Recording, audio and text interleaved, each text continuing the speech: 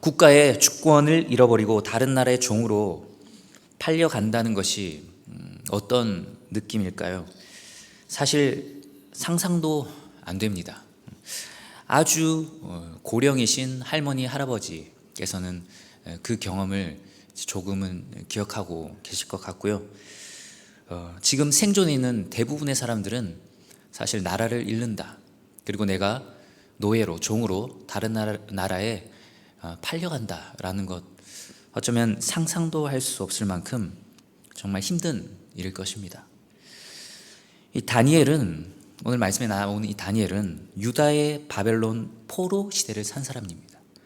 그러니까 바벨론에 포로로 지금 잡혀와서 일평생을 산 사람이에요. 지금 다니엘이 살고 있는 이 시기는 젖과 꿀이 흐르는 기름진 땅이자 약속의 땅인 가나안 땅에서 이스라엘 혹은 남유다 왕의 통치하에 백성들끼리 평화롭게 하나님의 은혜 가운데 살던 시대가 아니라 하나님께 대한 이스라엘의 범죄로 말미암아 이스라엘에게 좁게는 유다라는 나라는 주권을 다 잃어버리고 성전은 다 불태워지고 많은 이스라엘 백성들은 바벨론이라는 대제국에 포로로 잡혀온 상황입니다. 그러니까 자기 나라를 다 잃고 타국의 노예로, 포로로, 종으로 끌려와 있는 상황인 거죠. 다니엘은 아주 어렸을 때 포로로 잡혀왔을 것으로 보여요. 그러니까 대부분의 생애를 포로로 끌려와서 타국에서 살았던 것이죠. 이제 그런 상황인데 이 다니엘이라는 사람이 굉장히 워낙 총명했기 때문에 포로로 잡혀온 타국인임에도 불구하고 이 바벨론 왕의 다음 가는 자리인 이 총리라는 정치적으로 매우 높은 자리까지 올라가게 됩니다. 그리고 놀랍게도 왕이 계속 바뀌어도 계속 높은 관직의 자리, 그 자리를 유지합니다. 그리고 이제 이스라엘이 포로로 잡혀온 상황 가운데 시간이 많이 흘렀고 성경에 메대와 바사라고 나오는, 국제적으로는 우리가 보통 페르시아라고 부르는 제국이 대제국 바벨론을 무찌르고 격파하고 세계 패권 국가가 됩니다. 신생 대제국을 건설하게 되죠. 그 대제국을 건설하고 초기에 있던 사건입니다. 오늘 말씀 6장 1절을 보면 다리오가 자기의 뜻대로 고관 120명을 세워 전국을 통치하게 하고 라고 나옵니다. 여기 다리오라는 왕이 등장하는데 이 다리오 왕은 바벨론을 정복하고 신생 제국 페르시아를 세운 황제 고레스가 임명한 바벨론 지역의 분봉 왕이자 어떤 지역을 관할하는 그런 작은 왕이나 통치자를 가리키는 것으로 보기도 하지만 보통은 더 많은 학자가 고레스를 높여 부르는 직책이나 칭호로 봅니다. 우리도 옛날에 뭐 왕이나 이렇게 높은 사람들을 부르는 다른 여러 가지 그 말들이나 칭호나 직책이 있었잖아요. 그런 것처럼 이 고레스라고 부르지 않고 이 다리오라고 칭호로 혹은 직책으로 불렀을 거다라고 추측을 해요. 그래서 오늘 말씀 6장 28절은 다리오와 고레스라는 두 왕이 아니라 다리오 곧 고레스 왕의 시대라고 번역할 수도 있는 거죠. 그러니까 지금 6장 1절 말씀에 나오는 이 다리오라는 왕은 페르시아 왕 고레스로 보입니다. 그런데 이제 2절과 이제 3절을 보면 이 다리오 왕이 120명의 고관 위에 또 총리 셋을 둡니다. 그러니까 쉽게 말해서 행정적인 관직 체계를 세우는 건데 이 페르시아 제국이 너무 넓으니까 120명이나 되는 고관을 세우는 거죠. 우리나라로 따지면은 각 시의 시장이나 뭐 도지사 같은 사람들을 세우는 것과 같은 원리입니다. 그런 행정적 관리를 세웁니다. 그런데 또 그 120명을 혼자 다 관리하는 게 쉽지 않으니까 그 120명의 관리를 다스릴 그 위에 더 높은 총리 3명을 세웁니다. 사실 딱 맞는 건 아니지만 좀 와닿게 설명하자면 저희 교회 구역장님이 100명이 좀 넘거든요. 그래서 담임 목사님이 또 100명이 넘는 구역장님들을 다 또 일일이 또 한 분씩 이렇게 직접 교류하는 게 쉽지 않으니까 또 저희 같은 또 부목사가 있고 또 저를 통해서 또 목사님이 보고를 받고 하는 것 아니겠습니까? 좀 와닿게 설명하자면 이제 그런 거죠. 그렇게 이제 그 120명의 관리 위에 더 높은 3명의 총리, 왕 다음 가는 인자라고 할 수 있는 3명의 총리를 세웁니다. 근데 그 3명 중에 한 명이 바로 다니엘이었습니다. 그러니까 어마어마하게 높은 자리까지 올라간 거죠, 다니엘은. 그런데 오늘 말씀 3절을 보니까 단순히 총리 3명 중에 한 명이 아니라 너무 이 다니엘이 정말 특별하게 뛰어나고 너무 사랑스럽고 마음에 드니까 총리 중에도 수석 총리로 세워서 제국의 인자로 삼고 온 나라를 다스리게 하려고 합니다. 3절에 보면 다니엘은 마음이 민첩하여 총리들과 고관들 위에 뛰어났다라고 말하고 있죠, 성경이. 사실 그 120명의 고관들과 총리들도 온 제국에서 가장 똑똑한 사람들이었어요. 페르시안 제국이잖아요. 우리나라보다 100배로 큰 땅에서 제일 똑똑한 사람 한 123명을 추렸다고 생각해 보세요. 그러면 우리나라에서 제일 똑똑한 사람 1명 정도에 해당되는 겁니다. 뭐 서울대 1, 2등 할 정도의 사람이라는 거예요. 그만큼 그 고관들과 총리들도 아주 뛰어나고 보통 사람이 상상할 수 없을 정도로 똑똑한 총명한 사람들인데, 근데 그들보다도 훨씬 더 탁월하게 비교도 안 되게 뛰어난 사람이 바로 다니엘이었다는 거죠. 다니엘은 이때 이미 80세가 넘었을 것으로 추측해요. 왜냐하면 포로로 잡혀온 이후에 70년 이후에 해방이 되잖아요.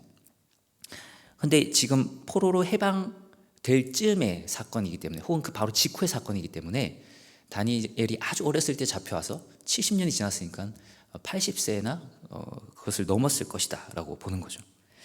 그렇게 할아버지가 다 되었음에도 불구하고 그 명철과 지혜가 아직도 날카롭게 살아 있었다는 겁니다. 그에게는 풍부한 경험과 지혜가 있었고, 역사의식이 있고, 탁월한 지도력이 있었고, 좋은 평판이 있었고, 능력이 있었고, 섬기는 겸손한 자세가 있었고, 하나님이 주시는 계시가 있었습니다. 이 다니엘이 얼마나 뛰어났으면 포로로 잡혀온 타국인인데, 나이도 너무 늙어서 80세가 넘은 할아버지인데도 참 국무총리로 삼고자 했을까요? 제가 왕이라면 자존심이 있어서라도 우리 한국 사람을 총리로 세우지, 저희가 만약에 우리나라에서 다른 나라를 포로로 잡았는데 그 나라 사람을 총리로 세우지는 않을 것 같거든요. 다니엘을 얼마나 뛰어났으면 그랬을까라고 생각이 들어요. 그리고 보통 역성혁명이 일어나거나, 역성혁명, 완전히 왕조가 바뀌는 거죠. 나라의 주인이 완전 바뀌면 그 전에 있던 그 신하들, 고관들은 사실 다 숙청시키거나 아니면 귀향 보내는 것이 관례입니다. 그건 우리나라 역사를 봐도 알 수 있고, 세계 역사를 봐도 알 수 있고, 청와대에 우리가 정권이 바뀌어도 장관이 다 바뀌는 것만 봐도 알 수 있는 거죠.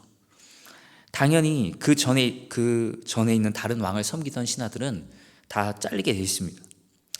그런데 다니엘은 워낙 충성스럽고 정직하고 총명하니까 제거하기는커녕, 숙청시키기는커녕 여전히 총리 자리를 계속 맡긴 겁니다.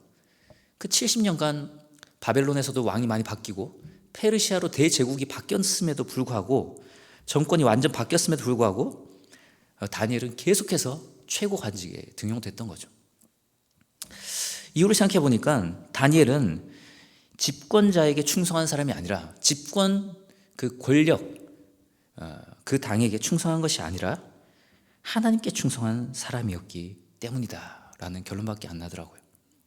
만약 그 집권 세력이나 집권자, 왕에게만 절대적으로 충성하는 사람이었다면 그 다음 왕이 볼 때 눈에 가시 같은 존재겠죠. 왜냐하면 그 전 왕에게 충성하던 존재니까 얘가 나한테 지금 충성하는 척해도 사실은 그 전 왕에게 마음이 있어서 내 뒤에서 내 등에 칼을 꽂을 수도 있고, 혹은 전 왕에게 잘 충성하다가 나에게 충성하는 거라면 얘는 정권만 바뀌면 힘 있는 자를 따라 자기의 주인을 바꾸는 사람일 테니까 굉장히 기회주의자라는 생각이 들 거 아니에요. 그러니까 어쨌든 그 전에 있던 신하는 숙청되는 겁니다. 근데 다니엘을 잘 보니까 얘는 어떤 사람 편에도 서지 않는 거예요. 얘는 자기가 믿는 그 신인 하나님만 섬기고 모든 일을 청렴결백하게 하고 아주 순종적으로 그리고 지혜롭게 하는 걸 그 지도자들이 다 본 겁니다. 그러니까 정권이 바뀌어도 다 이 다니엘을 최고 관직자로 등용을 한 거죠.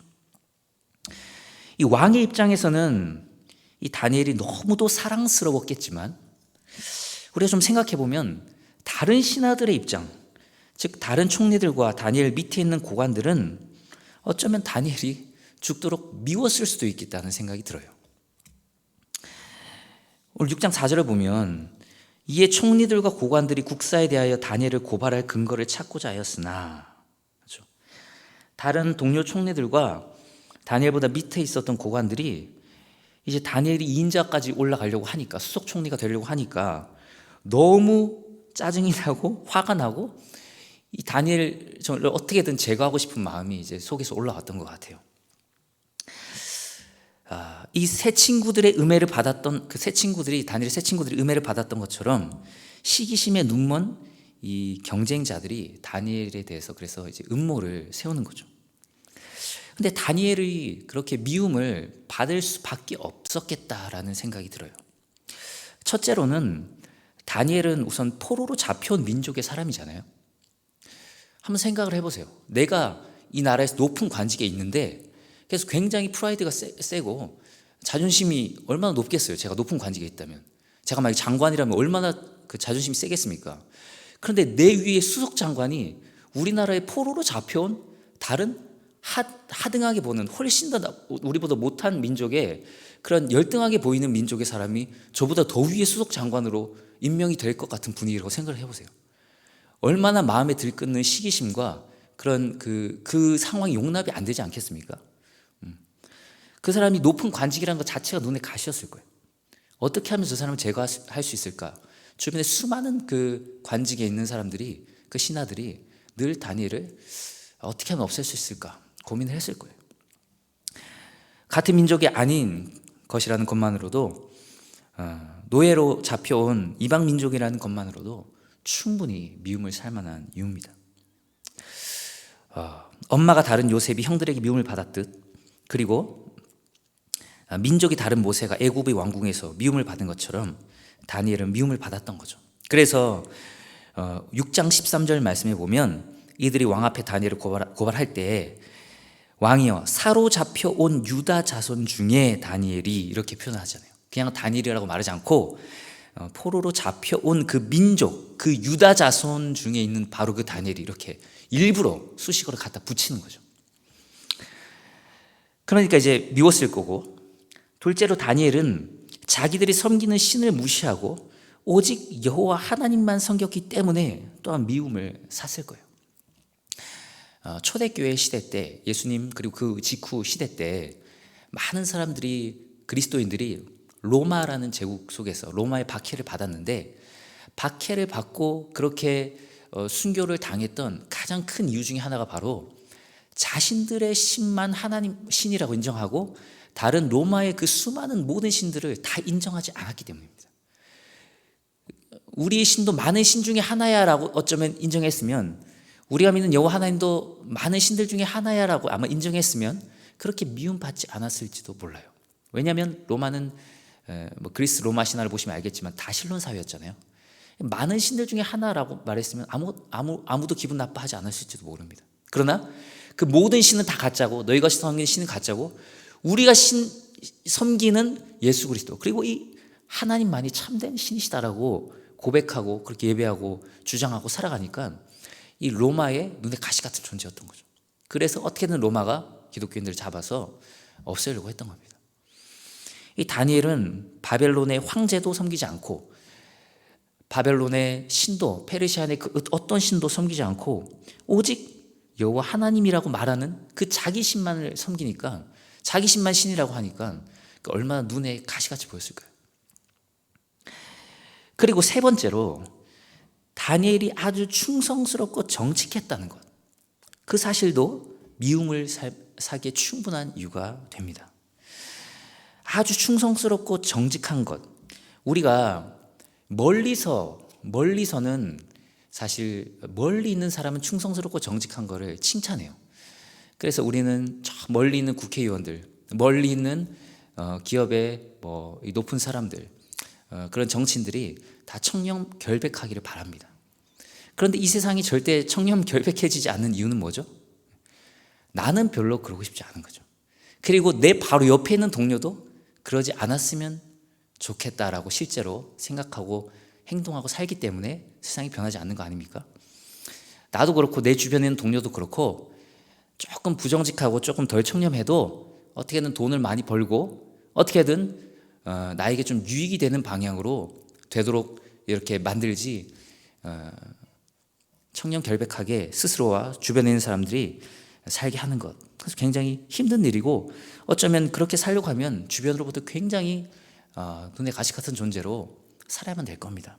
눈총을 받을 거예요. 이 다니엘이 너무 청렴하고 결백하게 사니까 정말 그렇게 일을 처리하니까 얼마나 참 눈에 가시 같았을까요? 자기들이 몰래 뒤로 빼먹었던 세금이나 국물들이 있을 텐데, 그리고 자기 상관이 다니엘이 아니면 그런 뒷돈 이런 걸 빼먹었을 텐데, 이 다니엘이 상관이니까 그 밑에 있는 사람들이 그런 짓을 못하는 겁니다. 전부 완벽하게 처리를 하니까요. 깨끗하게, 투명하게. 그러니까 너무 싫었겠죠. 다른 나라 그것도 포로 민족의 사람이었고, 그리고 오직 자기 신만 맞다고 말하며 그 신만 섬기고, 그리고 절대로 타협하지 않고 충성스럽고 정직하게만 일을 처리하니까 이 다니엘은 우리가 볼 때는 화려하게 그 높은 자리에 앉아 있는 것 같지만 정말 가시방석에 앉아서 정말 생활했을 것 같아요. 너무나도 다른 사람의 미움과 눈총을 받으며 외롭게 살 수밖에 없었을 겁니다. 그런데 얼마나 충성스럽고 또 정직했던지 이 대적들이 고발할 것을 샅샅이 뒤져도 하나도 고발할 게 나오질 않습니다. 우리나라도 사실 대통령 뽑을 때 그 반대편에서 그 후보들을 얼마나 그 수많은 불미스러운 자료들을 들이밀면서 떨어뜨리려고 노력을 합니까? 그 태생부터, 그 유치원부터 잘못한 그 모든 것들을 다 끄집어내지 않습니까? 장관들을 뽑을 때 청문회를 하는데 그 자료들은 도대체 어디서 구했는지 과거의 그 모든 자료들을 아주 사소한 것까지 다 긁어와가지고 물고 늘어지는데 참 끝도 없이 사람 몰아붙이고 발가벗기는 모습을 우리는 청문회 때마다 보지 않습니까? 그렇게 훌륭해 보이는 사람도 털고 털어보면 정말 끝도 없이 털리는 것이 우리 사람입니다. 그런데 다니엘은 이 고관들이 국사에 대하여 다니엘을 고발할 근거를 찾고자 하였으나 4절에 뭐라고 나오죠? 아무 근거, 아무 허물도 찾지 못하였으니 이는 그가 충성되어 아무 그릇됨도 없고 아무 허물도 없었음이었더라. 좀 다니엘을 털어보려고, 아주 탈탈탈 털어보려고 뭔가 이렇게 자료를 다 긁어 모아도 뭔가 나오는 게 없는 거죠. 나오는 게 없어요. 그러니까 다니엘은 여호와 하나님을 섬기는 것, 즉 종교적인 면에서 꼬투리를 잡지 않으면 다른 건 잡을 게 도저히 없다는 결론에 이릅니다. 참 멋있지 않습니까? 세상이 고발할 수 없는 사람, 종교적인 이유 아니면은 고발할 수 없는 사람. 그래서 그렇게 탈탈탈 털어도 나오질 않으니까 이제 종교적인 것, 이것 가지고 물고 늘어지려고 이제 계략을 세우는데 6절 이하에 이제 그 내용이 나옵니다. 이제 이 고관들이, 총리들이 모여서 왕 앞에 딱 가요. 그리고 왕 앞에서 왕이시여, 우리 모든 고관과 신하들이 회의를 거쳐서 이제 결론을 낸 것인데, 물론 그 회의에 다니엘은 빠져 있었는데 그 얘기는 안 하죠. 왕이 한 가지 금령을 세우시면 좋겠습니다. 앞으로 30일 동안 왕 위에 어떤 신이나 어떤 사람에게도 기도하거나 무엇을 구하면 그 사람은 사자굴에 집어넣기로 정하시면 어떨까요? 그것을 우리는 원합니다. 이렇게 이제 왕 듣기 좋은 말을 하는 거죠. 그러니까 왕이 이제 조수의 왕의 도장을 찍어서 그렇게 하라고 명령을 내립니다. 그런데 왜 뜬금없이 갑자기 30일 동안 왕에게 기도하고 구하고 절하게 만드냐고 생각하실 수 있겠죠. 이 다리오 왕이 고레스 왕일 확률이 높다고 했잖아요. 그러니까 그러면 이 페르시아가 많은 나라를 정복하고 이제 바벨론을 부수고 신생 제국을 이룬 지 얼마 안 됐으니까 많은 사람들이 아직도 바벨론의 신이나 바벨론의 높은 사람들에게 마음을 주고 그 사람들에게 절하고 경배하는 습관이 남아 있을 거 아니에요. 그러니까 그 습관을 뿌리 뽑자고 제안을 한 겁니다. 신하들이. 그러니까 얼마나 달콤한 이야기입니까? 다리오 왕도 나쁠 거 없죠. 그러니까 오케이 한 겁니다. 이건 다리오 왕이 종교적인 차원에서라기보다는 정치적인 차원에서 중앙 집권을 강화시키기 위해서 그렇게 한 겁니다. 그래서 메대와 바사에 고치지 아니하는 규례로 삼읍시다라고 이제 신하들이 제안하는데, 이 메대와 바사는 페르시아를 가리키는 거고, 메대와 바사에 고치지 아니하는 규례라는 거는 왕이 그 당시 도장을 딱 찍어서 고치지 못하는 규례로 정하면 왕조차도 바꿀 수 없는, 혹은 왕이 바꿀 수 있다고 해도 왕의 체면에 굉장히 금이 가는 일이었기 때문에 거의 할 수 없는 이제 그런 일이었다고 해요. 그래서 그렇게 딱 그 도장을 찍게 해야지 나중에 왕이 다니엘을 살릴 수 없게 되니까 이렇게 고치지 못하는 규례로 정하자고 한 거죠. 에스더 8장에도 내용을 보면 처음에 이제 하만이 이제 유대인들을 학살하려고 계획을 세우잖아요. 그리고 왕이 도장을 찍어요. 근데 나중에 이제 하만의 음모가 밝혀지고 하만이 죽게 되죠. 그러니까 왕이 그 도장을 찍었던 걸 취소하지 못하니까 유대인 학살하려던 그 계획, 그것을 취소하는 건 아니지만 유대인들도 반격해도 좋다는 그 어인을 찍습니다. 그게 이제 에스더 8장 8절에 보면, 이하에 보면 나와요. 그만큼 왕이 한번 찍은 것은 이제 다시 바꿀 수 없었다는 거죠. 그러나 이러한 상황 가운데서도 우리가 잘 알고 있듯 다니엘은 끝까지 믿음을 지키고 사자굴 속에서도 하나님의 은혜로 이제 살아나오게 됩니다. 다니엘은 세상의 중심에서 하나님과 동행하는 삶을 살며 하나님의 살아계심을 보여주었습니다. 놀랍게도 학자들은 유대인의 바벨론 포로 귀환에 다니엘이 결정적인 영향을 미쳤을 것이라고 봐요. 고레스의 국비를 지원받아 성전을 재건하게 되었고, 원하는 유대인은 누구나 돌아갈 수 있었고, 느부갓네살이 성전에서 가져간 금그릇과 은그릇을 되돌려 받을 수 있었습니다. 이러한 엄청난 호의는 다니엘이 고레스에게 영향을 미쳐 칙령을 작성하도록 했고, 심지어 그것을 공식화하도록 했다는 식으로 설명해야 쉽게 납득이 되는 것이죠. 자기 나라의 독립을 위해 어마어마하게, 하나님의 백성의 독립을 위해 어마어마하게 크게 쓰임 받았던 것입니다. 저와 여러분이 이런 사람이 되는 은혜가 있기를 원합니다. 소망합니다. 하나님이 섬기는 것 이외에는 아무것도 꼬투리를 잡을 만한 게 없는 사람, 얼마나 멋있습니까? 교회 다니는 것 말고는 꼬투리 잡을 게 없는 사람, 교회 다니는 것 말고도 꼬투리 잡을 게 너무 많은 사람이라면 얼마나 참 그리스도인으로서 부끄럽고 참 안타깝겠어요. 저도 많이 부족하지만 참 이런 얘기를 들었으면 좋겠다 라는 생각이 들어요. 우리가 보통 다니엘 하면 많은 부모님들이 자녀를 다니엘처럼 키우고 싶다고 말하지 않습니까? 다니엘이나 요셉이나 솔로몬처럼 키우고 싶다고 하지, 뭐 엘리야나 이사야나 사도 바울처럼 키우고 싶다고 얘기하는 부모님들 잘 없습니다. 많은 그리스도인들이, 부모님들이 다니엘을 흠모하는 이유는 다니엘이 외모가 아주 훌륭했고 아주 똑똑했고 세상에서 높은 자리까지 올라갔기 때문 아닙니까? 거기에 플러스 알파로 신앙도 매우 좋았다는 것, 그것이겠죠. 그래서 뭐 예전에 다니엘 학습법이라는 책도 베스트셀러가 되었는데, 만약 엘리야 학습법이나 이사야 학습법이라고 했으면 별로 안 팔렸을 것 같아요. 세상에서 최고가 되라고 하는 것은 사실 성경의 메시지가 아닙니다. 성경은 오히려 낮은 자리에서 섬기라고 하죠. 될 수 있으면 높은 자리에 가지 말라고 합니다.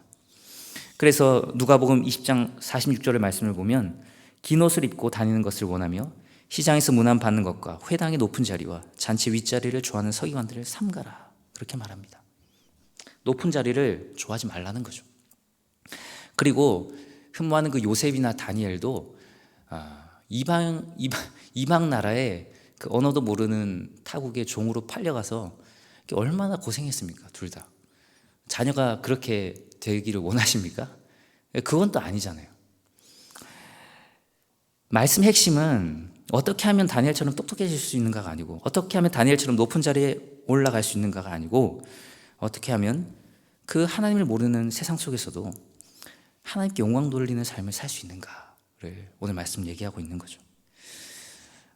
우리는 보통 성경에 나오는 사람들이 그 당시 이스라엘이라는 국가, 하나님을 섬기는 국가 안에 살았기 때문에 참 우리처럼 그런 불신자들 속에 둘러싸여 있는 사회 속에서 살지 않았기 때문에 그렇게 신앙을 잘 지킨 것 아니냐라고 따지기 쉽습니다. 그리고 설교하는 목사님은 사회생활을 별로 하지 않았기 때문에 우리의 마음을 공감해주지 못할 거라고 생각하며 목사님 말씀대로 사는 건 불가능하다고 마음속으로 생각하며 그냥 형식적으로 설교를 들을 수도 있습니다. 어느 정도는 맞는 말이라고 저는 인정하고는 싶어요. 하지만 그러나 오늘 본문에 나오는 다니엘을 보면 할 말이 없어집니다. 다니엘이라는 인물은 완전히 세상 나라, 우상 숭배 본고장인 이방 나라, 그것도 포로로 잡혀가서 정말 하나님을 1도 모르는 사람들 속에서 평생을 살았습니다.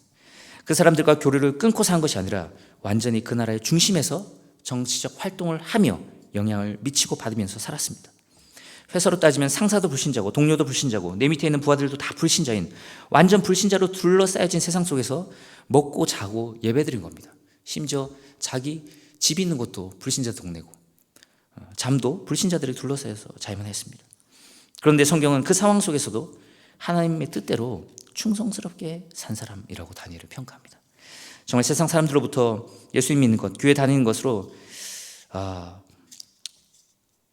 그것 이외에 다른 것 때문에 참 꼬투리 잡히지 않는 저와 여러분이 되기를 축복합니다. 그러나 우리 힘으로는 그렇게 할 수 없겠죠. 다니엘도 다니엘 훌륭해서 그런 것이 아니라 다니엘을 통해 역사하신 하나님이 위대하신 분이기 때문에 다니엘이 그런 삶을 살아갈 수 있었던 것입니다. 우리도 우리의 위대함이 아니라 나의 모든 죄와 부족함을 가지고 십자가에 죽으신 예수 그리스도 안에서 승리하는 삶을 살 수 있는 줄 믿습니다. 골로새서 2장 3절 말씀을 보면 그 안에는 지혜와 지식의 모든 보화가 감추어져 있느니라. 그는 누굽니까? 예수 그리스도죠. 예수 그리스도 안에는 지혜와 지식의 모든 보화가 감춰져 있다고 했습니다. 다니엘의 지혜는 다니엘에게서 나온 것이 아니라 하루 3번 하나님 앞에 기도하는 것에서 나왔다는 사실을 우리는 잊으면 안 됩니다. 예수 그리스도의 십자가의 완전한 계시를 받은 우리는 다니엘보다 어쩌면 더 복된 시대에 살고 있어요. 그리스도 안에서 구하고 또 하나님께 늘 기도하는 우리가 되기를 간절히 소망합니다. 하나님께서 다니엘과 같은 용기와 지혜를 우리에게도 주실 줄 믿습니다. 그렇게 어려운 상황 속에서도 다니엘이 믿음을 지켰는데 아무리 우리가 어려워도 다니엘보다 힘든 상황이겠습니까? 그 어떤 상황 가운데서도 하나님께서 함께 하시면 승리하고 이길 줄 믿습니다. 마지막으로 6장 가장 후반부에 보면 이런 아름다운 하나님을 향한 찬양이 나옵니다. 제가 읽어드릴게요. 그는 살아계신 하나님이시오 영원히 변하지 않으실 이시며 그의 나라는 멸망하지 아니할 것이요 그의 권세는 무궁할 것이며 그는 구원도 하시며 건져내기도 하시며 하늘에서든지 땅에서든지 이적과 기사를 행하시는 이로써 다니엘을 구원하여 사자의 입에서 벗어나게 하셨음이라 하였더라. 놀라운 것 이 찬양의 고백이 다니엘이 아니라 바로 이방나라 왕 다리오가 한 것이라는 겁니다. 우리를 통해 세상의 많은 사람들이 하나님을 이렇게 찬양하게 하시기를, 그런 놀라운 은혜가 우리 모두에게 있기를 간절히 소망합니다. 기도하겠습니다. 사랑의 하나님 아버지, 감사합니다. 오늘 말씀을 통해서 다니엘의 삶과 함께 하신 하나님의 역사를 보았습니다. 너무나도 힘들고 어려운 상황 속에서 다니엘은 평생을 살았지만 그럼에도 불구하고 대적들이 하나님을 섬기는 것 이외에 그에게 아무것도 흠을 찾을 수 없었음을 봅니다. 하나님, 정말 우리도 세상 속에서 세상 사람들을 고발할 수 없는 그런 사람들로 설 수 있도록 은혜를 더하여 주옵소서. 그리하여 세상 사람들로 하여금 하나님을 찬양하게 하며 세상 속에서 하나님께 영광을 나타내는 그런 놀라운 사람들로 설 수 있도록 모든 삶 속에서, 가정에서, 직장에서, 학교에서, 사회 가운데 하나님께서 늘 함께 하시고 우리 지켜주시고 선히 인도하여 주시옵소서. 모든 것 감사드리며 예수 그리스도의 이름으로 간절히 기도하옵나이다. 아멘.